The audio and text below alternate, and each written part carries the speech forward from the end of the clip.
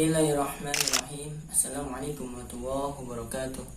Bertemu kembali dengan saya Pak Mas Dani.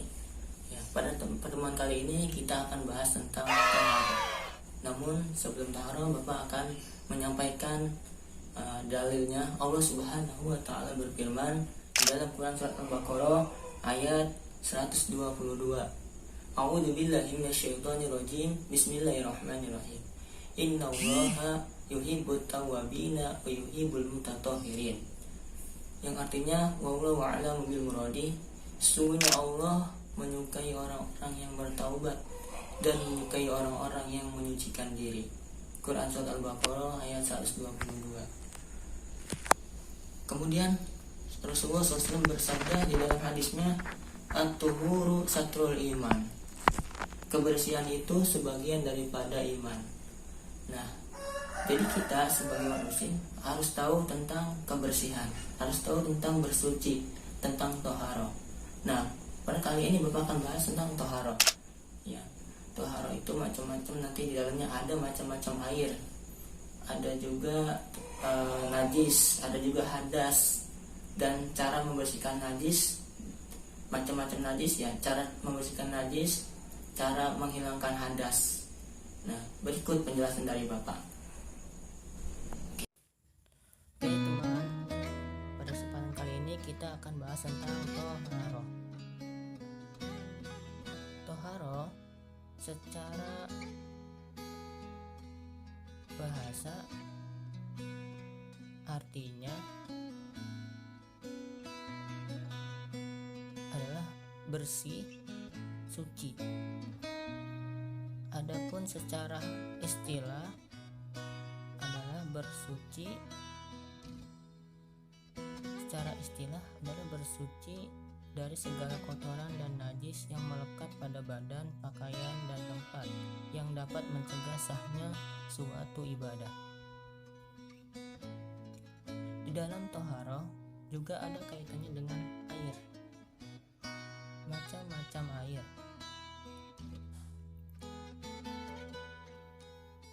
Satu, air suci mensucikan.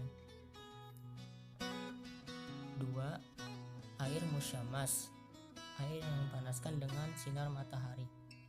Tiga, air suci tidak mensucikan, seperti air susu, air kelapa, air teh, air kopi. Empat, air mutanajis, air yang terjatuhan najis. Kemudian di dalam tohara juga ada yang namanya najis.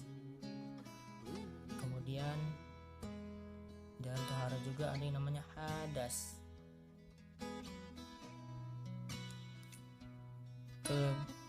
Yang kemudian ada yang namanya kelebihan badan, seperti khitan, mencukur rambut, dan lain-lain. Oke, sekarang saya akan menjelaskan macam najis. Yang pertama, najis mukhaffafah, yaitu najis ringan, seperti kencingnya bayi laki-laki yang berumur kurang dari 2 tahun yang hanya minum ASI saja, air susu ibu. Cara mensucikannya cukup dengan disiram atau dipercikan air ke tempat atau benda yang terkena najis. Lalu najis mutawasito, yaitu najis sedang. Najis sedang ini seperti semua benda najis selain najis ringan dan najis berat, seperti air kencing, darah, kotoran, dan lain-lain. Kemudian najis mutawasito ini terbagi dua, yaitu ada najis ainiyah, najis yang terlihat cara mensucikannya menghilangkan wujudnya, basuh dengan air yang mengalir. Kemudian najis hukmiyah, najis yang hilang zat dan bentuknya, cara mensucikannya cukup basuh dengan air.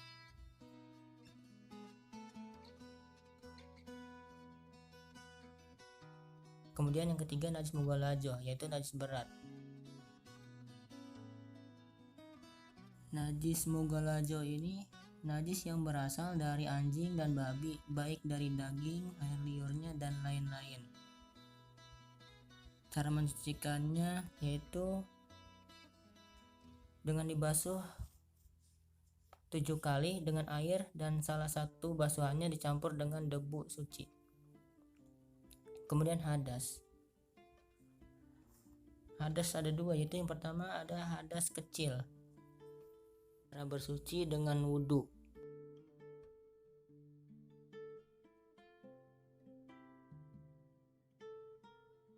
Hal yang menyebabkan hadas kecil yaitu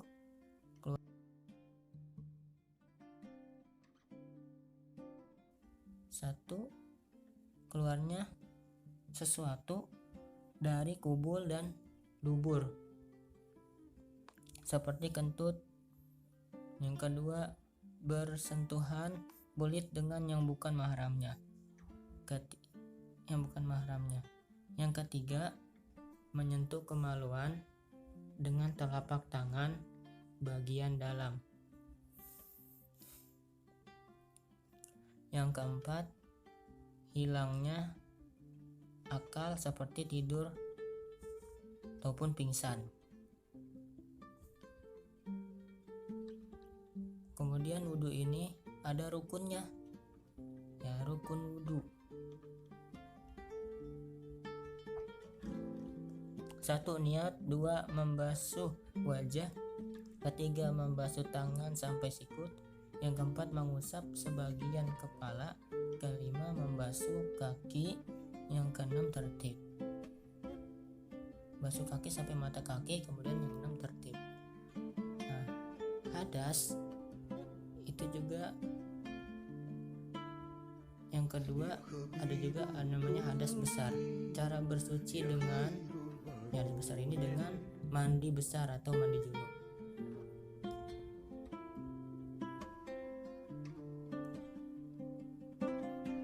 Hal yang menyebabkan mandi besar atau mandi junub: 1. Bersetubuh atau jima. Yang kedua, haid. Yang ketiga, nifas. Yang keempat, keluar mani. Yang kelima, wiladah atau melahirkan. Yang keenam, meninggal dunia atau wafat, ya.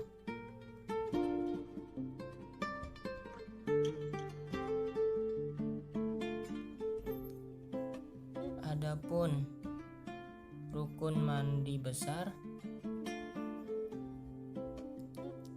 niat. Yang kedua, meratakan air ke seluruh tubuh.